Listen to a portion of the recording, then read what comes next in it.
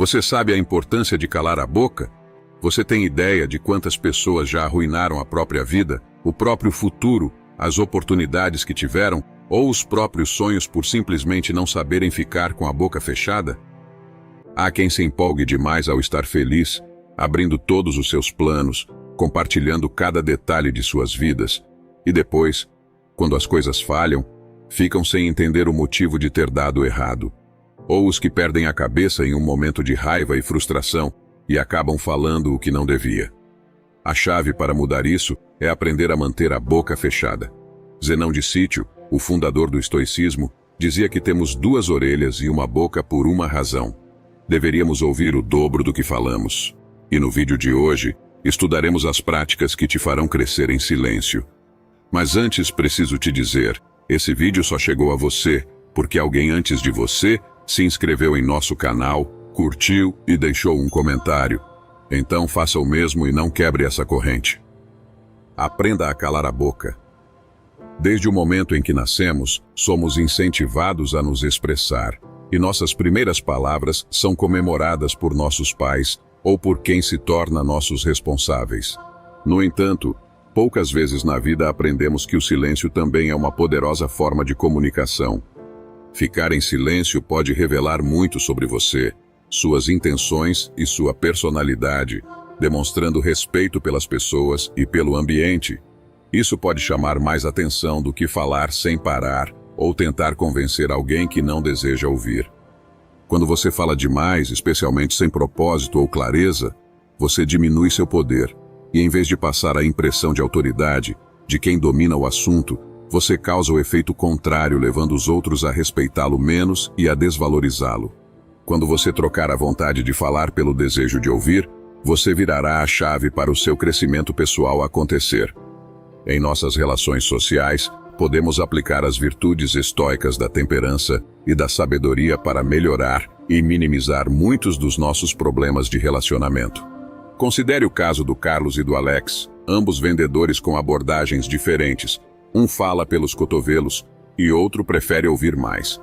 Quando um cliente entra na loja, Carlos logo vai atendê-lo e já oferece descontos que o cliente nem pediu. Isso faz com que Carlos ganhe menos comissão. Muitas vezes o cliente nem queria desconto e estava pronto para comprar, mas Carlos fala tanto que acaba fazendo o cliente desistir da compra. Alex, por outro lado, sabe como vender mais e ganhar mais. Ele também atende os clientes rapidamente, mas faz diferente. Ele escuta mais e fala na hora certa. Alex faz perguntas inteligentes para descobrir o que o cliente realmente precisa.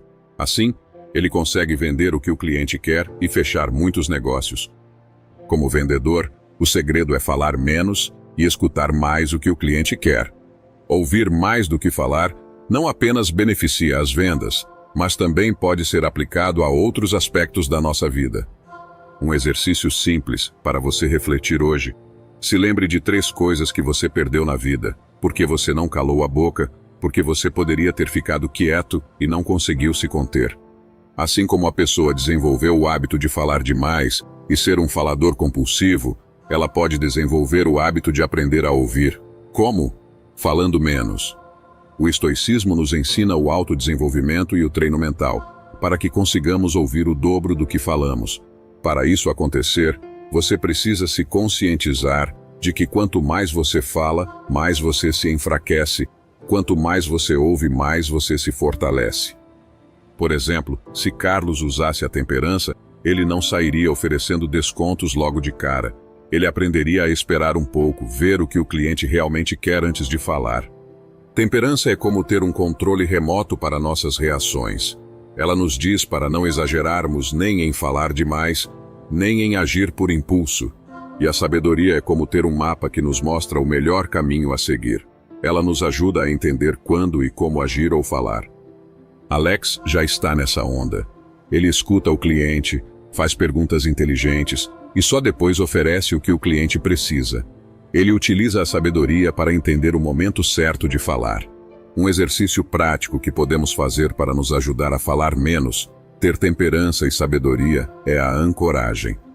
A ancoragem é uma técnica poderosa para criar e fortalecer associações mentais entre estímulos externos e respostas internas. Se uma pessoa tem medo de barata, por exemplo, só de ouvir a palavra barata já fica aterrorizada e aflita. Isso porque ela criou, através da palavra, um sentimento de horror. O mesmo com coisas positivas. Pense em um chocolate, por exemplo. Se você gosta, sua boca deve ter salivado agora. Isso pode nos ajudar a criar associações mentais que encorajam o silêncio. Comece escolhendo um âncora, seja um objeto físico como um elástico de pulso, ou colocar no fundo da tela do seu celular. Fale menos. Toda vez que você pegar o celular ou olhar para esse elástico, você estabelece uma conexão entre a âncora e um sentimento de silêncio. Dessa forma, você ensina seu cérebro a associar esse estímulo com o estado de calma e silêncio. Faça isso várias vezes para pegar o jeito. Depois, quando estiver numa conversa e sentir vontade de falar demais, use seu lembrete. Isso vai te ajudar a parar, respirar e escolher ouvir em vez de falar. Lembrar que o silêncio é uma forma poderosa de comunicação pode transformar a maneira como você interage com os outros. Além de melhorar sua escuta, você pode descobrir que, ao falar menos, suas palavras têm mais peso e impacto quando você escolhe usá-las. Você vai se surpreender que quanto mais você ouve, mais você consegue aprender e se conectar verdadeiramente com os outros. Se lembre sempre disso, o silêncio é seu primeiro idioma.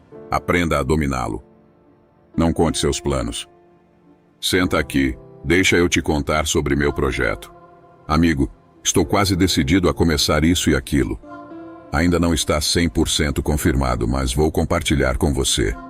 Compartilhar seus sonhos e projetos antes de torná-los realidade pode parecer uma forma de buscar apoio e motivação, mas acaba sendo um tiro no pé. Algo que os psicólogos descobriram ao longo do tempo é que as pessoas que gostavam de falar muito sobre seus planos antes de agir são as que menos realizam o que tinham planejado. Pessoas que anunciam seus planos de abrir o seu próprio negócio, mudar de hábitos, escrever um livro ou conseguir um novo emprego, acabavam permanecendo paradas na vida por muito tempo, sem evoluir ou realizar nada do que tinha comentado. Isso porque, ao contarmos nossos objetivos, nosso cérebro libera um hormônio de satisfação e nos sentimos tão bem quanto se estivéssemos de fato realizado. Isso pode diminuir sua motivação para realmente ir atrás e fazer acontecer. Se você quer alcançar suas metas, guarde para si mesmo essa informação e se preocupe em dar o primeiro passo para concretizá-las.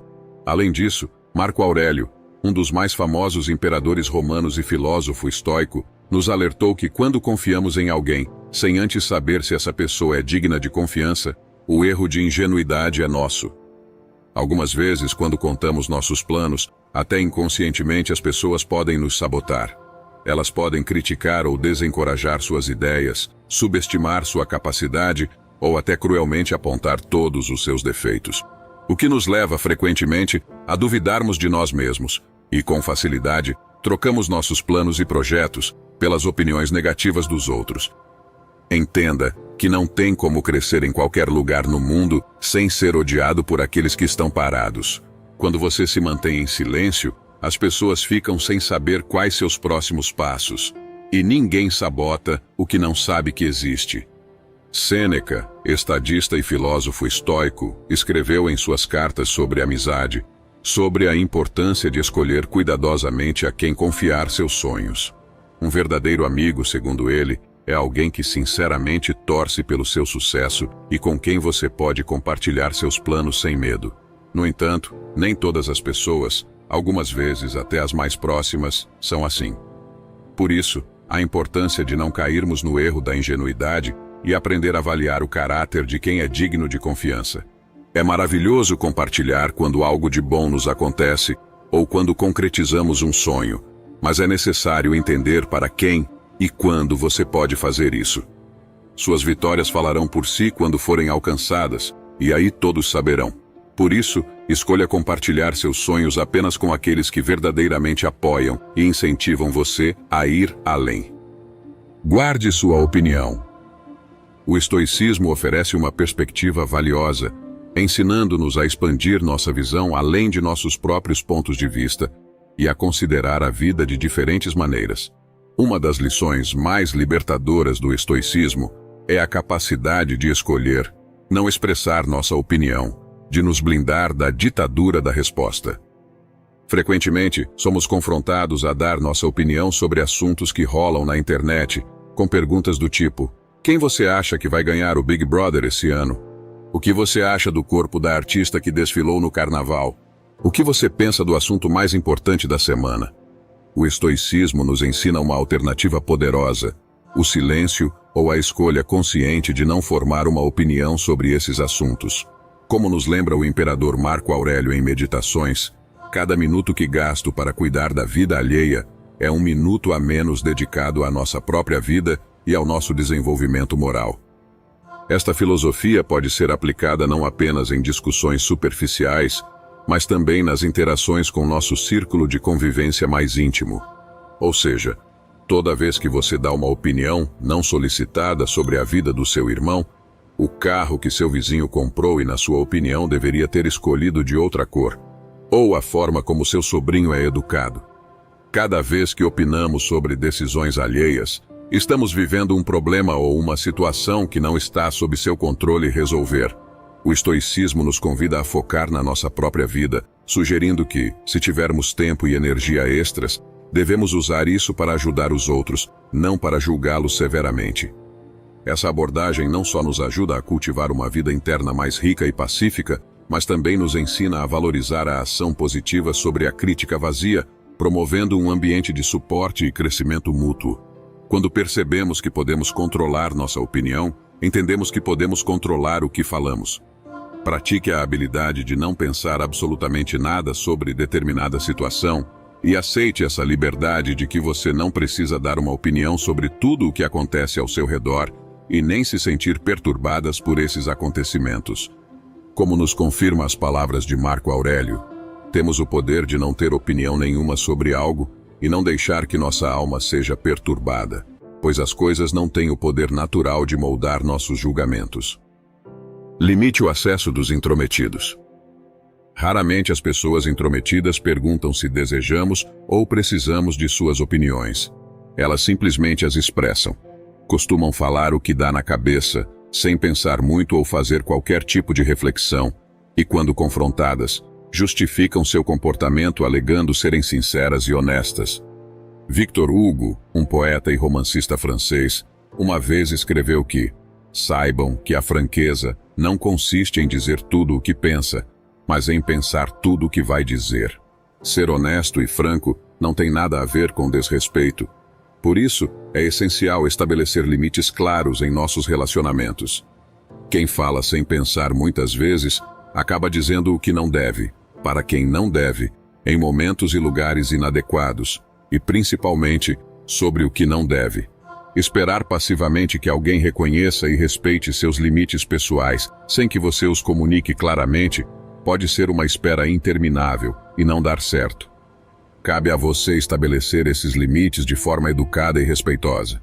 Epicteto, um dos grandes filósofos estoicos, ofereceu um conselho sábio que se aplica perfeitamente a situações como essa.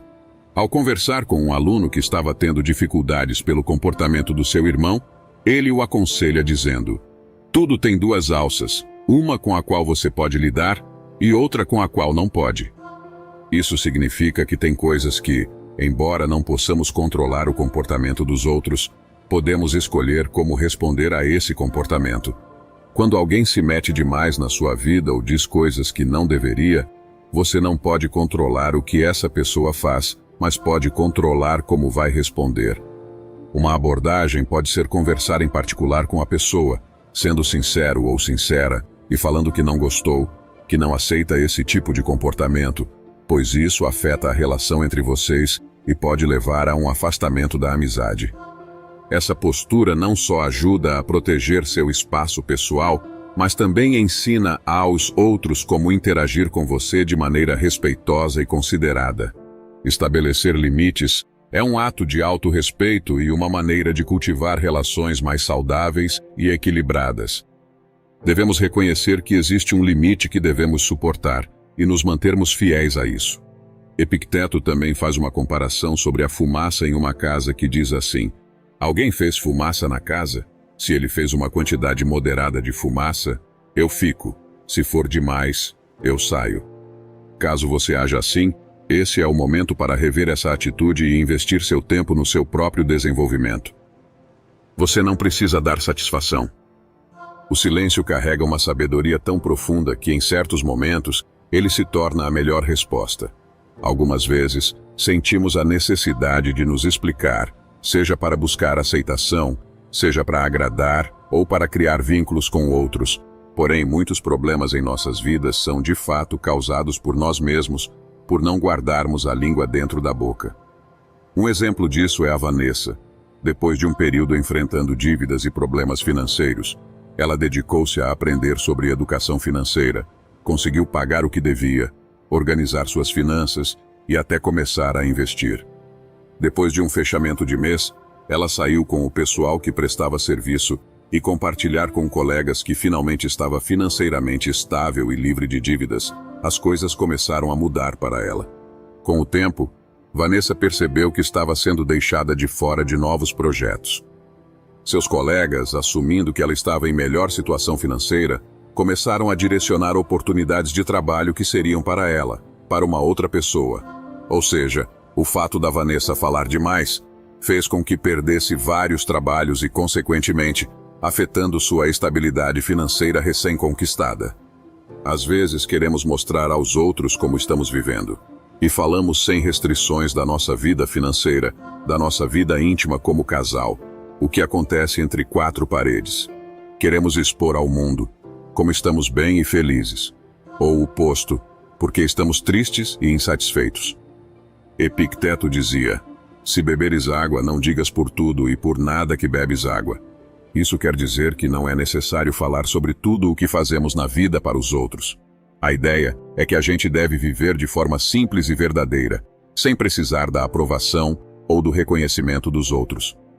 Neste sentido, Epicteto nos ensina a importância de manter algumas coisas só para nós e não compartilhar cada detalhe da nossa vida, mostrando que ser discreto e guardar para si certas escolhas pode ser uma forma de fortalecer nosso caráter.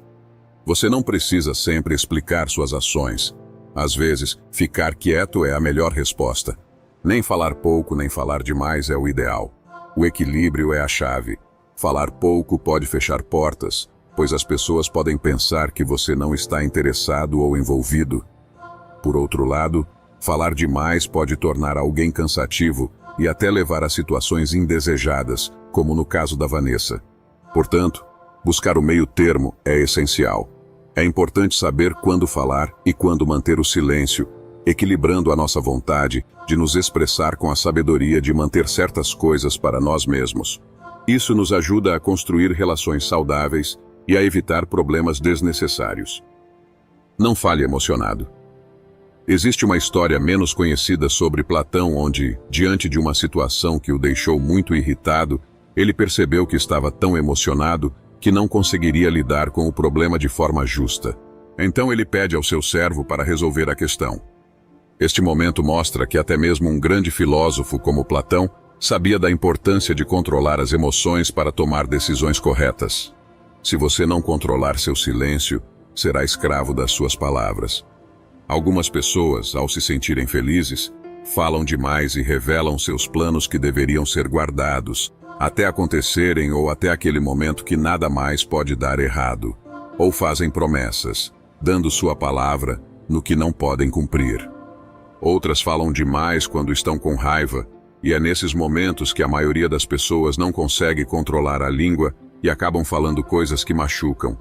Entenda, uma palavra dita não volta atrás, e às vezes, as feridas que causam são enormes. Mesmo em uma discussão, se alguém te ferir, é melhor deixar o outro lado arrependido do que machucado, porque expressar toda a sua raiva para ferir o outro não sarará a sua ferida, só vai torná-la mais funda. Quando você cala a boca e fica em silêncio, é importante compreender que é um momento valioso para absorver informações e organizar seus pensamentos antes de responder. Algumas experiências e sentimentos são para serem processados internamente, não expressos de forma impulsiva. O silêncio é uma ferramenta poderosa. Ele dá espaço para absorver informações, refletir e organizar pensamentos antes de expressá-los. Ficar em silêncio permite pensar com mais clareza, sem as distrações do barulho interno que acompanha a constante necessidade de falar. Assim, ao escolher o silêncio em momentos de forte emoção, você ganha tempo para avaliar a situação com calma e responder de maneira mais ponderada e eficaz. Será que realmente quero ferir alguém que amo? Eu poderei cumprir o que estou me comprometendo a fazer? A emoção pode ser considerada como uma droga que afeta nossa capacidade de raciocinar, tanto nos momentos negativos quanto nos positivos. Se não tivermos autocontrole, seguimos por aí, completamente alterados por nossas emoções e cedendo a todos nossos impulsos emocionais. Quando praticamos o silêncio, temos meios para entender nossos próprios pensamentos e emoções, levando a um maior crescimento pessoal e espiritual.